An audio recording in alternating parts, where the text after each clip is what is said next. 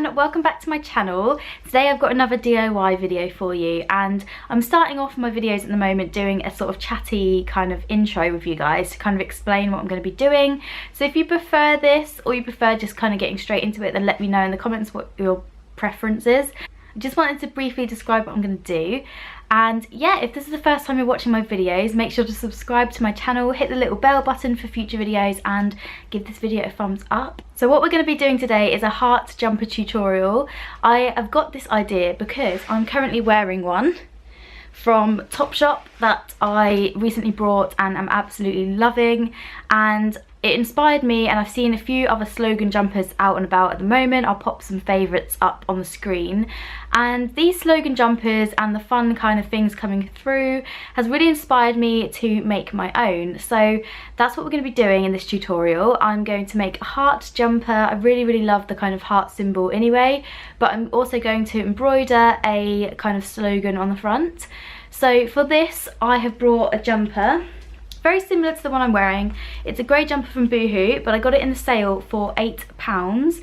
It's got little pearls on the sleeves, and yeah, £8. It's just plain on the front like this, so plenty of room to do the embellishment on it. And yeah, for £8 it's a bargain. So firstly, I just want to point out the jumper I'm wearing from Topshop was £35, and I went and bought it after like much speculation because I loved it so much. But I just want to show you guys that with a little bit of practice in your crafting, or if you're kind of a sewer anyway, then making your own jumpers and your own clothing that's really unique and original. Not only are you going to have a one-off, but it's usually going to cost you a fraction of the price. So yeah, and then I got this really cute fluffy faux fur fabric, and this, you can buy these fabrics from like Fabricland or other fabric shops, haberdashery shops, things like that, and it's amazing. I obviously have a lot here. You can literally go and buy 1/4 meter for this tutorial and it will cost you probably under £2 for that, but I've got a lot because I bought this for other tutorials and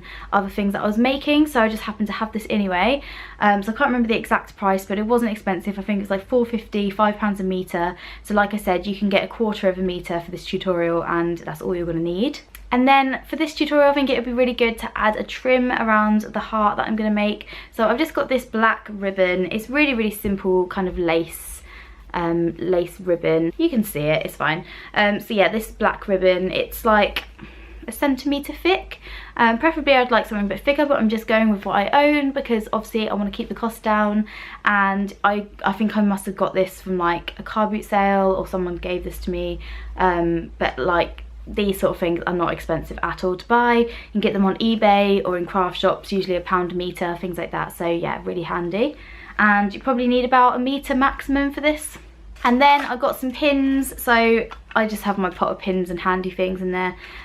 So any kind of haberdashery dressmaking pins. Some good scissors. Obviously you're going to be cutting fabric, so you need to make sure that you've got some sharp scissors and nothing like blunt kitchen scissors, because you are cutting faux fur fabric as well. You need something good. And then you want some colourful threads. So I'm going to be obviously sewing the blue heart, so I've got the matching thread for the blue fabric, but then I've also got a really funky pink. This is for the this is for the embroidery. And also you are going to need a sewing machine. If you don't have a sewing machine, you can 100% do this tutorial with hand stitching. It might just take a little bit longer, but you can have 100% sew letters by hand if you've got the patience. I've done it before. You can do that, or you can do what I'm going to do and use a sewing machine. So I've got pink, and then I've also got black for the thread, but it's already in my machine. So yeah, so that's everything you need. I'm going to start the tutorial now, and I really hope that you like it. Make sure if you do try this tutorial, if you share it online, use my hashtag. It's hashtag Paige Joanna DIY. I'll leave all the info in the description box below. But yeah, I really want to see your creations. I think it's so cool when I get to see what you've made. And let's get started. The first thing you want to do is get card, fold it in half, and then cut out your heart shape. This might take a few attempts to get it perfect. Once your template is ready, place down your fabric, and with the fur sort of going downwards, pin on your heart and cut it out, leaving about an inch seam allowance. And then prepare your ribbon by cutting enough that you need. So I'm setting up the machine using a normal sewing foot, and with black thread Then I'm going to cut the edges of the heart, so this gives it a little bit more flexibility when it's on a round sort of edge. And then pinning the lace in place to start sewing that. As you're sewing, make sure to fold under the edges of the fur fabric. This is kind of your hem around the heart.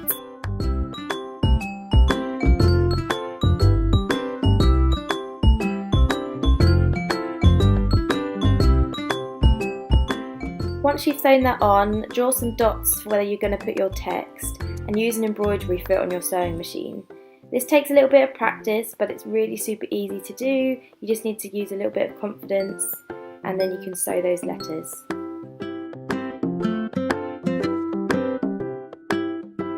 So to make the text stand out a little bit, we're going to go back over with a bright pink thread.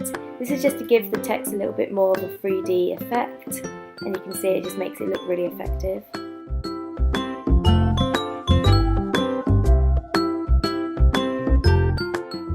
Once the embroidery is done, you can then pin on the heart to the jumper in the right place. I measured it about 4 inches from the neckline, and then you just pin it very carefully in the central position, and you can sew this on, making sure to be careful over those pins so you don't snap your sewing machine needle, because I've done this a few times. And there we have it, there's a completed jumper. I really hope you like it.